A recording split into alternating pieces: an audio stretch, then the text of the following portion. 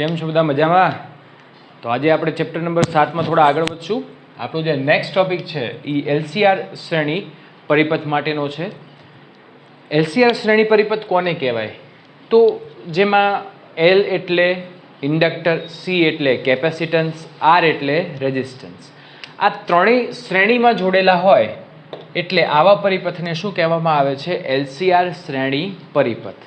Okay મિત્રો, તો જે આ એલસીઆર શ્રેણી પરિપથ છે એની અંદર મારે એનું વિકલ સમીકરણ મેળવવું છે. તો વિકલ સમીકરણ મેળવવા માટે બહુ સિમ્પલ છે. આ જે મેઇન વોલ્ટેજ છે એને વી કહી દઈએ. આરના બે છેડા વચ્ચેનો વોલ્ટેજ શું થાય? વીઆર. સીના બે છેડા વચ્ચેનો વોલ્ટેજ શું થશે?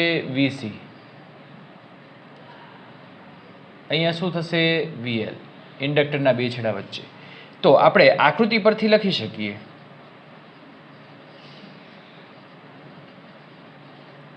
V is equal to VL plus VC plus VR.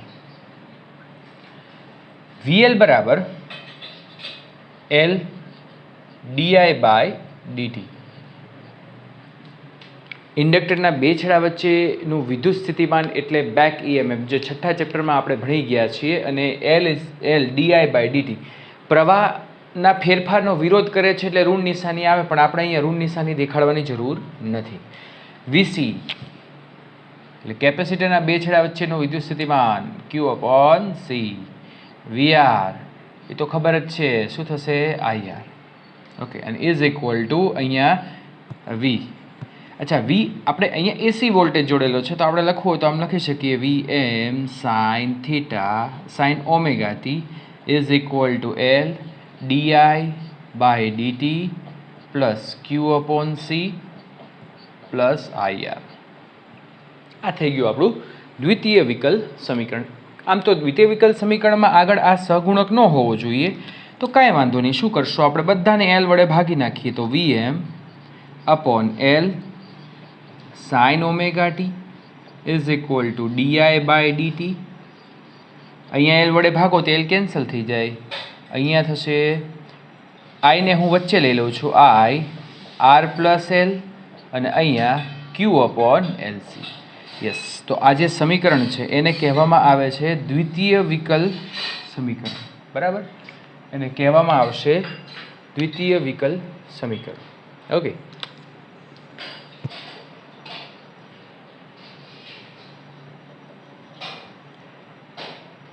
હવે આપણે જોઈએ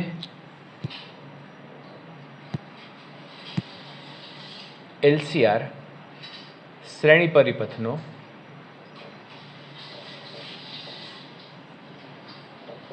ફેઝરની રીતથી ઉકેલ.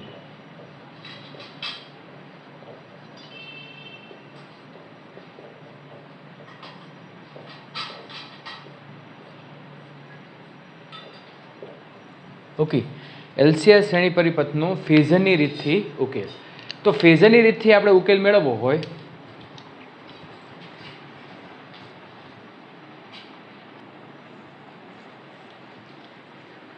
તો હવે આપણે નેક્સ્ટ ટોપિક જોશું, એલસીઆર શ્રેણી પરિપથના ફેઝરની રીતથી ઉકેલ. હવે મિત્રો, આ જે ટોપિક ભણીએ ને એ આપણી માટે મોસ્ટ ટાઈમથી ટોપિક છે, કારણ કે આ ટોપિક એવો છે કે જેના ઉપર ઢગલોબંધ દાખલા છે, ઘણા બધા દાખલા, ઘણા બધા કન્સેપ્ટ, ઘણા બધા MCQ પણ આપણે કહી શકીએ મિત્રો. તો એલસીઆર શ્રેણી પરિપથના ફેઝરની રીતથી આપણે મિત્રો ઉકેલ મેળવવાનો છે. પહેલી વાત તો એ કે આપણે એલસીઆર શ્રેણી પરિપથ માટે કામ કરીએ છીએ. આ જ આકૃતિ અહીંયા આવશે એટલે હું દોરીશ નહીં. ઓકે, પણ હા, એટલી વસ્તુ આપણને ખ્યાલ આવવો જોઈએ. આકૃતિ ઉપરથી પહેલાં તો એના વખાણ કરવા પડે. વખાણ કરો ને તો આકૃતિને ગમે તો જવાબ સરળ ભાષામાં પૂરો થઈ જાય. ઓકે, તો પહેલાં આકૃતિના વખાણમાં એ કરવાનું કે એસી શ્રેણી પરિપથ, એસી એલસીઆર શ્રેણી પરિપથ આપેલ છે કે જેમાં આરના બે છેડા વચ્ચેનો વોલ્ટેજ VR, એલના બે છેડા વચ્ચેનો વોલ્ટેજ VL. આટલું નોટ ડાઉન કરજો. પછી અમુક જણા શું કરે, હું જેમ લખું ને એમ લખી નાખે બુકમાં. પછી એમ કે સર તમે તો ક્યાં લખ્યું હતું? પણ મેં નહોતું લખ્યું, પણ હું બોલ્યો તો ખરી કે અહીંયા તમારે આ વસ્તુ લખવાની છે. ઓકે, એલના બે છેડા વચ્ચેનો વોલ્ટેજ VL, સીના બે છેડા વચ્ચેનો વોલ્ટેજ VC. બરાબર, દિશાકીય રીતે આપણે આમ લખી શકીએ આકૃતિ ઉપરથી.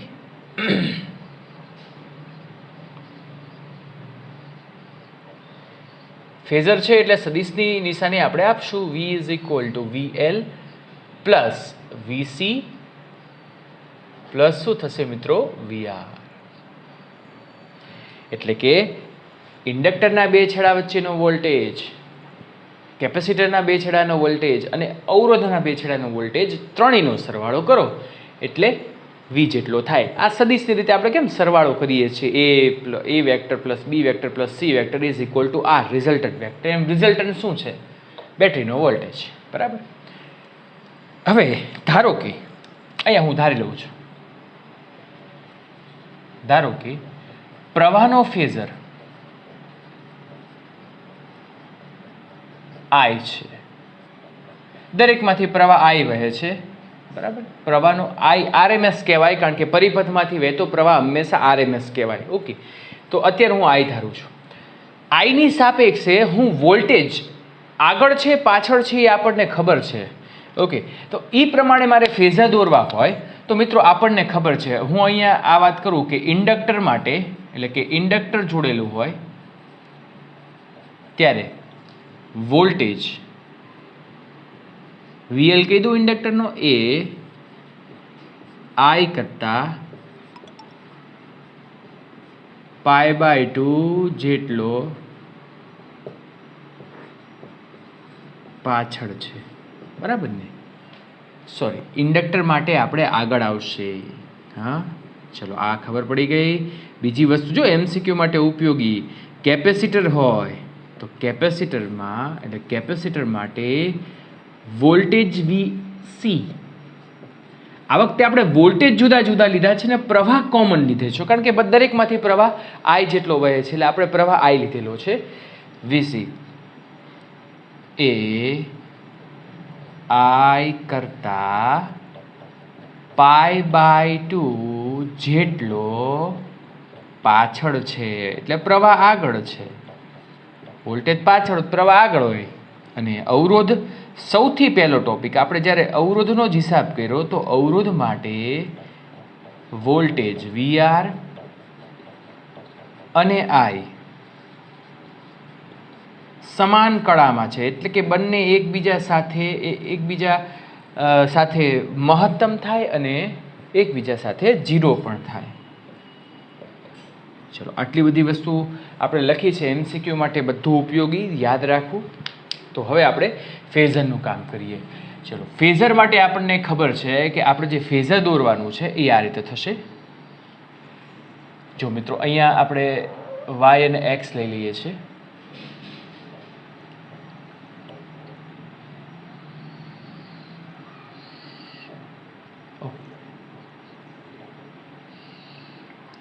હું અહીંયા I ને હું અહીંયા દર્શાવી દઉં છું.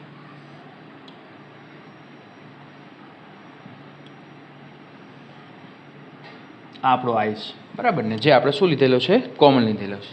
બરાબર. ઓકે, તો સૌથી પહેલું કામ હું અવરોધ માટે કરું તો I અને VR બંને સમાન દિશામાં છે, એટલે આ રીતે થશે. ચલો, પહેલાનું કામ પૂરું. ઇન્ડક્ટર માટે, કેપેસિટર માટે પ્રવાહ આગળ છે ને વોલ્ટેજ પાછળ છે, એટલે પ્રવાહ આગળ અને વોલ્ટેજ પાછળ હોય તો આપણને ખબર છે, આપણે આમ દર્શાવીએ છીએ VC. બરાબર ને? આપણે તમે જોજો, પ્રવાહ જે પાછળ દેખાડ્યો છે ને, આપણે જે આગળના ટોપિક ભણ્યા એમાં પ્રવાહને આપણે આગળ પાછળ ને વોલ્ટેજને એમને એમ રાખતા હતા. અહીંયા પ્રવાહને એમને એમ રાખવાનું છે ને વોલ્ટેજને આપણે આગળ પાછળ, એટલે આગળ પ્રવાહ આગળ હોય વોલ્ટેજ પાછળ હોય તો આ રીતે થશે. બંને વચ્ચેનો ખૂણો π/2. અને અહીંયા ઇન્ડક્ટર માટેની વાત કરતા હોઈએ તો ઇન્ડક્ટર માટે વોલ્ટેજ આગળ છે એટલે VL આ બાજુ થશે. ઓકે, આ ફેઝર થઈ ગયું. હવે આપણે થોડું એનું ઉકેલનું કામ કરીએ. આ ફેઝર અહીંયા પૂરું, આ ફેઝર દોરાઈ ગયું. બરાબર કે નહીં? પણ મિત્રો, હવે ફરીવાર હું અલગથી આકૃતિ દોરીશ. આપણને આ રીતે આપ્યું છે. હું દરેકના મહત્તમ કંપ વિસ્તાર ધારી લઉં. ચલો, આ પ્રવાહનો મહત્તમ, એટલે પ્રવાહનો કંપ વિસ્તાર એટલે એનું મહત્તમ મૂલ્ય I. અહીંયા વોલ્ટેજ VR છે એને હું કહી દઉં VRM. બરાબર. જે દિશામાં વોલ્ટેજ હોય એ દિશામાં એનો કંપ વિસ્તાર પણ હોય, એ દિશામાં એનું મહત્તમ મૂલ્ય પણ હશે. આ VCM બરાબર ને. મારે અત્યારે મહત્તમની જરૂર છે તો હું મહત્તમ અહીંયા VCM અને અહીંયા શું છે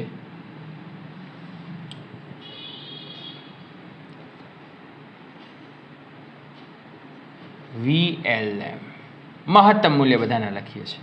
થોડું આડું આવે છે, સીધું કરી નાખીએ. Okay, yes.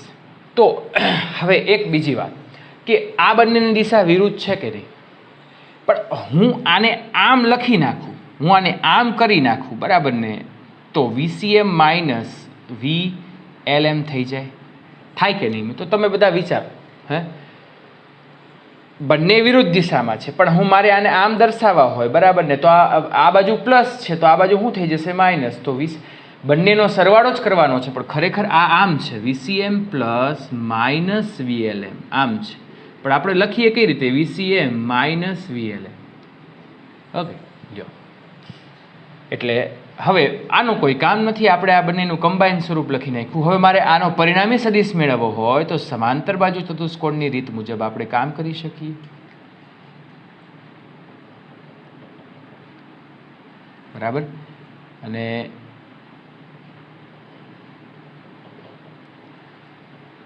આને સમાંતર લઈએ આપણે. ઓકે, તો આ VCM નો પરિણામી છે એ આ દિશામાં હશે, બરાબર કે નહીં?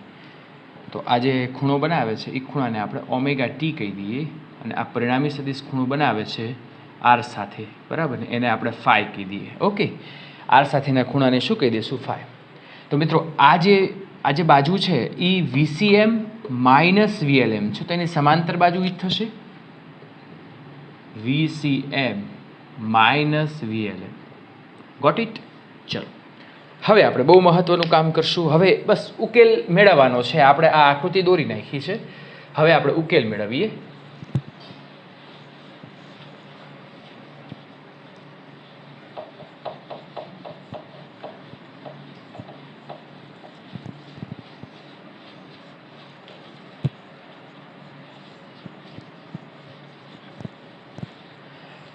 જો મિત્રો, ઉકેલ આમ તો સિમ્પલ છે. હે, આ સપોઝ કે હું એમ કહું કે આપણે પરિણામી સદિશ છે, પરિણામી આપણે આમ લખીએ છીએ ને, A plus B is equal to શું થાય? મોડમાં લઈએ તો √ A² plus B² plus 2AB cos theta. પણ હવે આ જે થીટા છે ને એ આપણે ફાઈ લેવાનો છે હંમેશા આર સાથે, એટલે કે અવરોધ સાથે, અવરોધના વોલ્ટેજ સાથે બનાવેલો ખૂણો લેવાનો છે. પણ મિત્રો આની જરૂર તો આપણે છેલ્લે પડશે. પહેલે તો હું છે ને આ ત્રિકોણને ધ્યાનમાં રાખું છું. OAB કાટકોણ ત્રિકોણ છે. અહીંયા ખૂણો કેટલો બનાવે છે મિત્રો? 90નો ખૂણો બનાવે છે. હે, તો કાટકોણ ત્રિકોણ હોય તો આ પરિણામી સદિશ થઈ ગયું. આ પરિણામી સદિશ શું થાય ખબર છે? VRM plus VCM minus VLM ભેગું થઈ ગયું થોડું. અચ્છા, એક કામ કરીએ, આપણે એને છે ને આ રીતે દર્શાવી દઈએ. બસ, ચલો, આ જે સદિશ છે એ VRM plus VCM minus VLM. Okay, આ રીતે છે એનો પરિણામી સદિશ. A પ્લસ બી આપણે કરીએ ને એમ જ છે, બરાબર ને? અચ્છા, ચલો, આનો ઉપયોગ અત્યારે નથી થવાનો તો આપણે નથી લખવું. હું પાયથાગોરસના પ્રમેય મુજબ આ બંને બાજુઓનો વર્ગ બરાબર આ પરિણામી સદિશનો વર્ગ થશે. ઓકે, આ બંને બાજુઓનો વર્ગ બરાબર શું થાય? પરિણામી સદિશ. અને મિત્રો પરિણામી સદિશ આપણો શું છે? V. તો V ઇઝ ઇક્વલ ટુ, એટલે કે V², મહત્તમ મૂલ્ય હું VM કહી દઉં, VM² ઇઝ ઇક્વલ ટુ પાયથાગોરસના પ્રમેય મુજબ આ બંને બાજુનો વર્ગ એટલે VRM² plus VCM minus VLM of whole square થઈ ગયું. ચલો, હવે હું પ્રવાહના સ્વરૂપમાં આ રીતે લખી શકું મિત્રો. VM બરાબર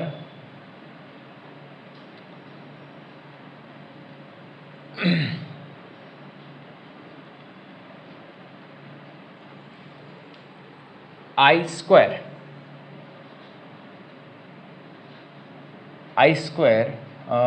અચ્છા, એક કામ કરીએ, આપણે VM² હું એમને જ રાખું છું. અહીંયા VRM બરાબર આમ લખીએ કે IM² મહત્તમ મૂલ્ય અને અહીંયા શું થશે આર સ્ક્વેર. ઓકે, અહીંયા પ્લસ અહીંયા પણ આઈ એમ ઇન્ટુ આનો જો કેપેસિટિવ અવરોધ શું છે એક્સ એક્સ અહીંયા સી છે ને તો x C square, sorry square તો નહીં આવે, માઇનસ આઈ એમ અહીંયા થશે એક્સએલ ઓફ હોલ સ્ક્વેર. બરાબર, આ બંનેના અવરોધ એક્સસી અને એક્સએલ છે. આઈ એમને બહાર કાઢી નાખો તો આઈ M square R square common કાઢી લેશું. અચ્છા એક કામ કરો, ચલો આઈ એમ સ્ક્વેર અહીંયા બહાર નીકળે તો સ્ક્વેર સાથે આવે, બ્રેકેટમાં શું વધે XL minus XC of whole square. બરાબર, આઈ એમને બહાર કાઢી લ્યો તો આઈ એમ સ્ક્વેર અહીંયા થશે R square plus XL minus XC of whole square અને અહીંયા વીએમ સ્ક્વેર. ઓકે, અચ્છા મિત્રો આને હું છેદમાં જવા દઉં તો VM square upon I M square is equal to mod of Z square, જેને એલસીઆર પરિપથનું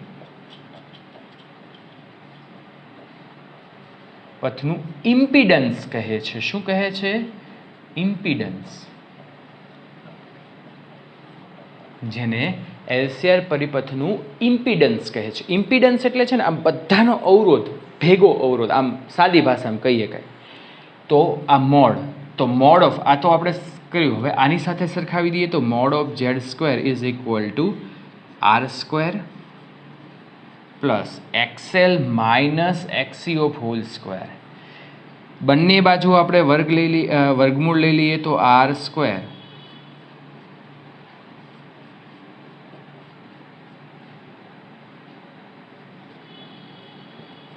થઈ ગયું. તો આને ઇમ્પિડન્સ કહે છે. હજી થોડું એવા ફોર્મમાં લખવું હોય તો આમ લખી શકીએ. એક્સએલ બરાબર શું થશે? આપણે ભૂલ કરીને XC minus XL, XC minus XL, XC minus XL, XC minus x. આમ તો ખરેખર હું એમ કહું આને આગળ લખો આને પાછળ લખો, કાંઈ ફેરવું પડે, વર્ક તો છે બરાબર ને, પણ છતાંય આપણને જેમ આપ્યું છે એમ લખીએ. 1/ઓમેગા સી માઇનસ એક્સએલ બરાબર શું થશે? Omega L of whole square અને whole raise to 1/2. This is called impedance. શું કહેવાય? ઇમ્પિડન્સ, જેને એલસીઆર પરિપથનું ઇમ્પિડન્સ કહેવાય. આપણે સમતુલ્ય અવરોધની વાત કરીએ છીએ ને એમાં આ સમતુલ્ય અવરોધ જ છે. બરાબર ને, તો આ થઈ ગઈ ફેઝરની રીતથી ઉકેલ. બરાબર કે નહીં મિત્રો? એલસીઆર શ્રેણી પરિપથનો ફેઝરની રીતથી આપણે શું મેળવ્યો છે? ઉકેલ મેળવ્યો છે. બરાબર કે નહીં મિત્રો? હવે આપણે થોડા આગળ જઈએ. હવે જે મારે વાત કરવી છે એ બહુ સિમ્પલ અને સાદી વાત છે.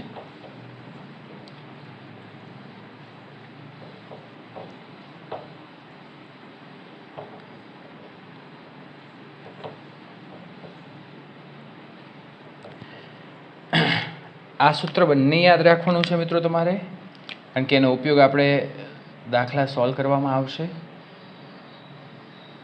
ઓકે મિત્રો, હવે આગળ જોઈએ આપણે. જો પરિપથમાં એક્સસી ગ્રેટર ધેન એક્સએલ હોય, એટલે કે પરિપથમાં કેપેસિટિવ રિએક્ટન્સ એ ઇન્ડક્ટિવ રિએક્ટન્સ કરતાં વધારે હોય તો પરિપથ કેવો બને છે? કેપેસિટિવ બને છે.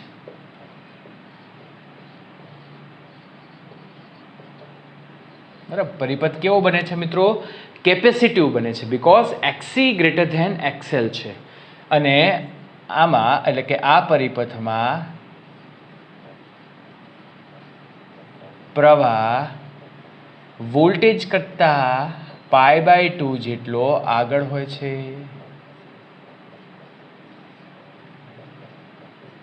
લ્યો,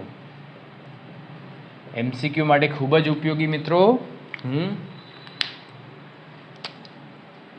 એક્સસી બરાબર શું થશે? 1/ઓમેગા C greater than omega L, અને સામેની બાજુ લઈ જાઓ, એલને નીચે લાવો તો 1/LC greater than omega square. Okay, આજે 1/√LC બંને બાજુ વર્ગ લઈ લ્યો. So 1/√LC greater than omega. Okay, એટલે આજે છે ને એને પ્રાકૃતિક કોણીય આવૃત્તિ કહેવામાં આવે છે. અને શું કહેશું? પ્રાકૃતિક કોણીય આવૃત્તિ. જો નોર્મલ આવૃત્તિ કરતાં વધારે હોય તો અનુનાદની ઘટના રચાય. મિત્રો આગળનો ટોપિક આપણો ઈ જ છે. ઓકે, ચલો ત્યાર પછી જો XL ગ્રેટર ધેન XC થાય, ઓકે, તો પરિપથ ઇન્ડક્ટિવ બને છે. કેવું બને છે? ઇન્ડક્ટિવ. અને વોલ્ટેજ પ્રવાહ કરતા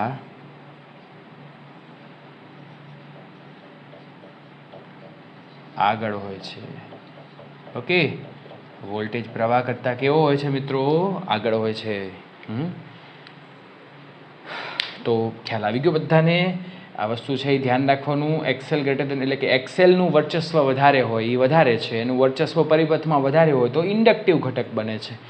આ બે ઘટકનો ઉપયોગ કરીને છે ને હર્ટ્ઝ નામના વૈજ્ઞાનિકોએ વિદ્યુત ચુંબકીય તરંગો ઉત્પન્ન કર્યા હતા. આ વિદ્યુત ચુંબકીય તરંગોનો અભ્યાસ આપણે 8મા ચેપ્ટરમાં કરી ગયા છીએ. તમને બધાને કદાચ યાદ હશે કે એમાં વિદ્યુત ક્ષેત્ર અને ચુંબકીય ક્ષેત્રના દોલનો એકબીજાને લંબ હોય છે, એટલે કે બંને વચ્ચે π/2 જેટલો તફાવત હોય છે. બરાબર કે નહીં? યસ. તો મિત્રો સંપૂર્ણ આપણે ટોપિક અહીંયા પૂરો થઈ ગયો. હવે થોડા આપણે દાખલા ગણીએ છીએ.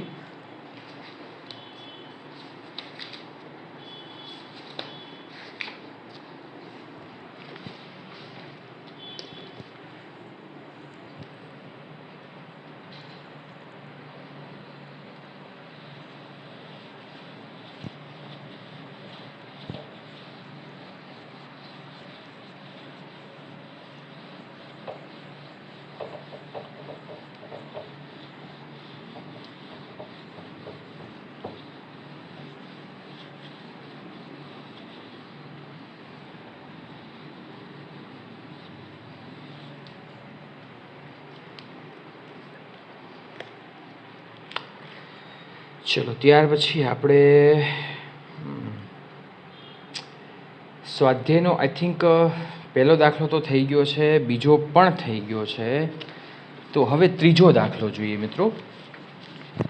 અચ્છા મિત્રો, આપણે આ સમીકરણ જોયું કે નહીં? VM ઇઝ ઇક્વલ ટુ શું થાય? IM upon mode Z. Okay, આમ થશે ને? યસ. તો અહીંયા આમ પણ લખી શકીએ VRMS is equal two IRMS upon mode Z. એટલે આ જે સૂત્ર છે ને મિત્રો, એ LCR શ્રેણી પરિપથ માટે છે. શું છે? LCR શ્રેણી પરિપથ માટે આપણે લખી શકીએ. જો મોડ Z બરાબર આમ થશે √R² plus XL minus XC whole square. મિત્રો XL પહેલાં લખો કે XC પછી લખો, XC પહેલાં લખો, XL પછી લખો, ચાલે, એમાં કોઈ ફેર નહીં પડે, કારણ કે ઋણ નિશાની બહાર આવશે તો પ્લસ જ થઈ જવાની છે. બરાબર ને? પણ જો હવે આપણને એમ કહે કે જો પરિપથમાં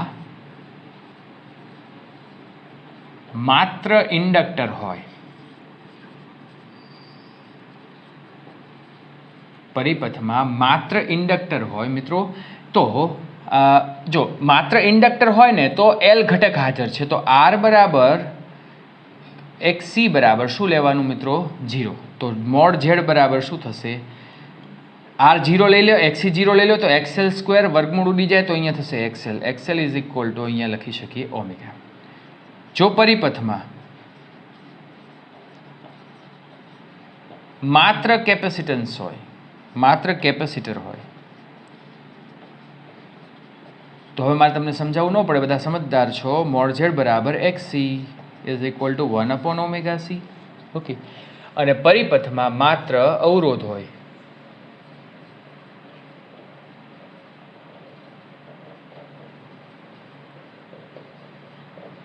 તો મારે સમજાવવું ન પડે, બધા સમજદાર છો. મોડ Z બરાબર R. ઓકે. XL ને XC બરાબર 0 લઈ લેવાનું, એ 0 લઈ લો એટલે એ પદ કેન્સલ થઈ જાય, R² એનું વર્ગમૂળ એટલે મોડ Z બરાબર R. લ્યો.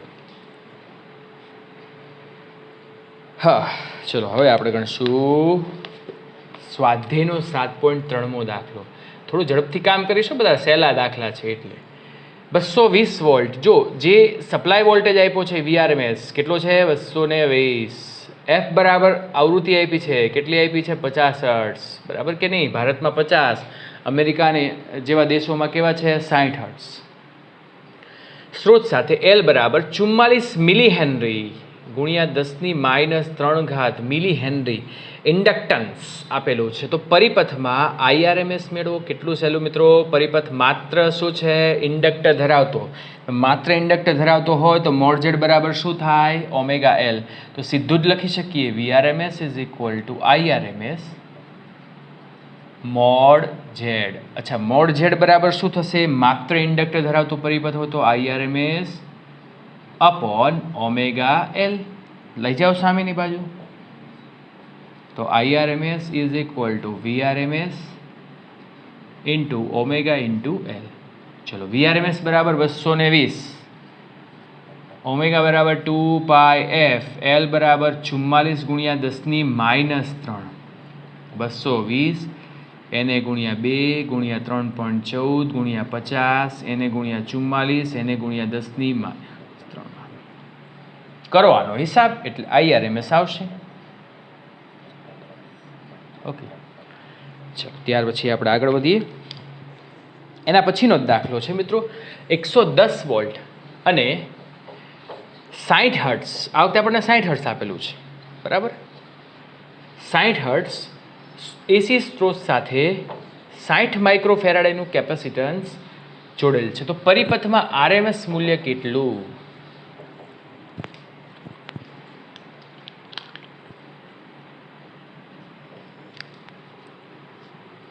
7.4.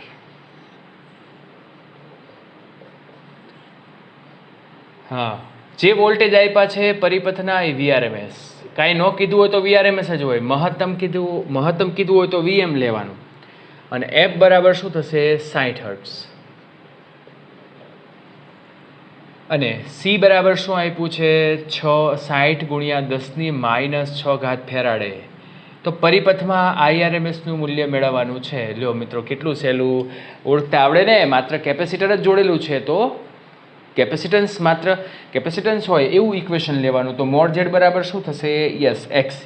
તો સીધો હિસાબ કરો ને મિત્રો. અહીંયા IRMS is equal two VRMS into mode Z. So VRMS into XC. VRMS બરાબર 110, XC બરાબર 1/ωc. તો 110 2πf થાય એટલે 2 ગુણ્યા 3.14, એને ગુણ્યા F બરાબર 60. C બરાબર કેટલા છે? 60 ગુણ્યા 10⁻⁶. મિત્રો આટલું કામ કરશો એટલે જવાબ છે એ તમારો 2.49 આવશે. અને આગળના દાખલામાં જવાબ આવશે તમારો 15.9. એટલે કેપેસિટરને મિત્રો તમે જોડો ને તો પ્રવાહ ઓછો હોય છે, પણ જો કે વોલ્ટેજ પણ કેવા છે? ઓછા છે. બરાબર કે નહીં? યસ. તો આગળ જોઈએ આપણે 7.5. 7.5માં એક ઇક્વેશન છે, પણ ચલો જવા દો. આપણે ઉદાહરણનો દાખલો જોઈએ. ઉદાહરણ જોશું 7.3. 7.2 હોમવર્કમાં છે. 25 મિલી હેનરીના એક શુદ્ધ ઇન્ડક્ટરને 220 વોલ્ટ એટલે એને VRMS કહેવાય ના સ્ત્રોત સાથે જોડેલ છે. જો સ્ત્રોતની આવૃત્તિ 50 હર્ટ્ઝ એટલે F બરાબર 50 હર્ટ્ઝ, તો ઇન્ડક્ટિવ રિએક્ટન્સ એટલે XL મેળવવાનું છે. XL બરાબર શું થશે? Omega L. તો એ આવડે, કારણ કે ઇન્ડક્ટન્સ શરૂઆતમાં દીધું છે. જો કેટલું? 25 મિલી હેનરી. તો પરિપથનો RMS પ્રવાહ મેળવવો તો થઈ જાય. ચલો ત્યાર પછી 7.3. ઉદાહરણ 7.3 થિયોરેટિકલી છે મિત્રો. શું કહે છે? એક બલ્બને કેપેસિટર સાથે શ્રેણીમાં જોડેલ છે. જો કેપેસિટરનું કેપેસિટન્સ ઘટાડવામાં આવે તો AC અને DCના જોડાણ માટે તમારા અવલોકનની ધારણા કરો. ધારણા કરવાની છે ભાઈ. અચ્છા, હું પહેલાં વિચાર કરું છું DC. તો ડીસીની કોઈ આવૃત્તિ હોય? ડીસીને કોઈ આવૃત્તિ હોય ન હોય, કારણ કે ડીસી તો સ્ટેટ કરંટ છે, એ સમય સાથે બદલાતો નથી. એટલે જ્યારે તમે ડીસી સાથે જોડશો મિત્રો, ત્યારે કેપેસિટન્સ વધારો કે ઘટાડો કંઈ ફેર પડે ન પડે. એકવાર તમે ચાર્જ કરી નાખ્યું, ફૂલ ચાર્જ થઈ ગયું, પછી એમાંથી પ્રવાહ છે એ વહેશે. તમે કેપેસિટન્સ ઘટાડશો વધારશો, ડીસી પરિપથ સાથે જ્યારે જોડશો ત્યારે બલ્બની પ્રકાશિતતામાં કોઈ ફેર પડશે નહીં. કેમ કે ડીસી તો ડાયરેક્ટ કરંટ છે, અને બીજી વસ્તુ કે એકવાર તમે ડીસી સાથે કેપેસિટરને જોડો એટલે એ ચાર્જ થઈ જાય, અને પછી એમાંથી અવિરતપણે પ્રવાહ મળે જ્યાં સુધી ડિસ્ચાર્જ ન થાય ત્યાં સુધી મિત્રો. એટલે એની પ્રકાશિતતામાં કોઈ ફેર પડશે નહીં ડીસી સાથે જોડશો ત્યારે. હવે એસી સાથે મિત્રો જોડો એટલે આપણે આવી ગયા 7મા ચેપ્ટરમાં. તો એસી સાથે જોડો ત્યારે જેવું કેપેસિટરને એસી સાથે જોડશો એટલે કેપેસિટર છે એ પોતાનું આ લાગુ પાડી દેશે, જેને આપણે કેપેસિટરનો કેપેસિટિવ રિએક્ટન્સ કહીએ છીએ, એ લાગુ પાડી દેશે.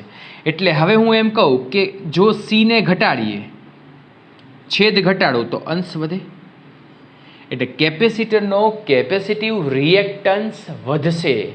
અને કેપેસિટરનો કેપેસિટિવ રિએક્ટન્સ વધે એનો અર્થ એ કે પરિપથમાં કેપેસિટરનો અવરોધ વધે છે.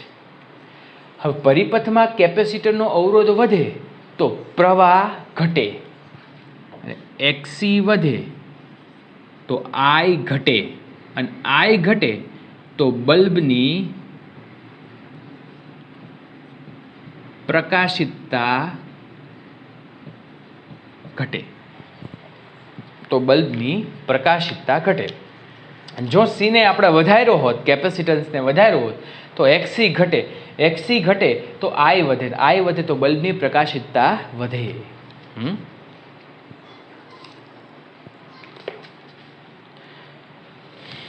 જો મિત્રો હવે એવો જ આપણે દાખલો છે, ઉદાહરણ નંબર 7.5.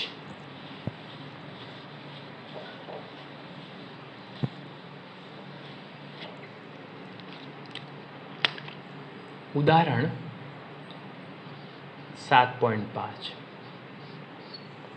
આકૃતિમાં દર્શાવ્યા મુજબ એક બલ્બ છે, બરાબર ને? અહીંયા એક ગૂંચડું છે એટલે ઇન્ડક્ટર છે, અને એને સ્વિચ થ્રુ એક એસી પરિપથ સાથે જોડવામાં આવ્યો છે, બરાબર. કળ બંધ કર્યા પછી થોડા સમય બાદ ઇન્ડક્ટરના અંદરના વિસ્તારમાં ગર્ભમાં સળિયો દાખલ કરવામાં આવે છે. તો બલ્બની પ્રકાશિતતા વધશે, ઘટશે કે કોઈ ફેરફાર નહીં થાય? તમારો જવાબ કારણ સહિત જણાવો. પહેલી વાત તો એ કે કળ બંધ કરીએ એટલે આની સાથે ફ્લક્સ સંકળાય, એટલે જેવું ફ્લક્સ સંકળાય એવો ચુંબકીય ઉર્જાનો સંગ્રહ અંદર શરૂ થશે. હવે હું ઇન્ડક્ટરની અંદર એક સળિયો દાખલ કરું છું. તો મિત્રો સળિયો દાખલ કરું ને એટલે ફ્લક્સ વધે છે. એ તો આપણને ખબર છે કે સોલેનોઇડની અંદર સળિયો દાખલ કરો તો એની માધ્યમની પરમિએબિલિટી ધ્યાનમાં રાખવામાં આવે ને એનું ઇન્ડક્ટન્સ વધે છે, એટલે ફ્લક્સ વધે છે. એને કારણે એલ વધે છે, કારણ કે વધુને વધુ ફ્લક્સ આ સળિયા સાથે સંકળાશે એટલે એલ વધે. અને મિત્રો એલ વધે તો XL is equal two omega L ઉપરથી કહી શકીએ કે એલ વધે તો એક્સએલ પણ વધે. એટલે ઇન્ડક્ટિવ રિએક્ટન્સ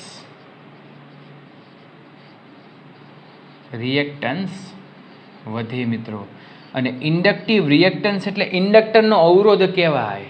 ઇન્ડક્ટિવ રિએક્ટન્સને શું કહેશું? ઇન્ડક્ટરનો અવરોધ. તો ઇન્ડક્ટરનો અવરોધ વધ્યો ને તો પ્રવાહ ઘટે, તો બલ્બની પ્રકાશિતતા ઝાંખી થાય, બલ્બની પ્રકાશિતતા ઓછી થઈ જાય. ધીમે ધીમે બલ્બ છે એ શરૂઆતમાં જગારા મારે, પણ અંદર જેવો સળિયો દાખલ કરો એટલે બલ્બની પ્રકાશિતતા ઓછી થઈ જાય. એટલે જે જવાબ છે આપણો મિત્રો, એ જવાબમાં આપણે આ રીતે કારણ સહિત લખી શકીએ કે બલ્બની પ્રકાશિતતા છે એ ઘટશે, બરાબર ને? ઓકે, તો ઘટવાનું રીઝન શું છે કે સળિયો દાખલ કરીએ, ફ્લક્સ વધે, એલ વધે, એલ વધે તો એક્સએલ વધે, એક્સએલ વધે તો રિએક્ટન્સ વધે, રિએક્ટન્સ વધે તો આઈ ઘટે, આઈ ઘટે તો બલ્બની પ્રકાશિતતા ઘટે મિત્રો. ઓકે, ચલો મિત્રો, તો આટલે સુધી રાખીએ છીએ. નેક્સ્ટ ટાઈમ આપણે એક વૈશ્વિક ઉકેલ, બરાબર ને, વિશ્લેષિક ઉકેલ છે, અને ત્યાર પછી અનુનાદ છે, એનો આપણે અભ્યાસ કરશું. ત્યાં સુધી આપણે be take care. Thank you very much. Good bye.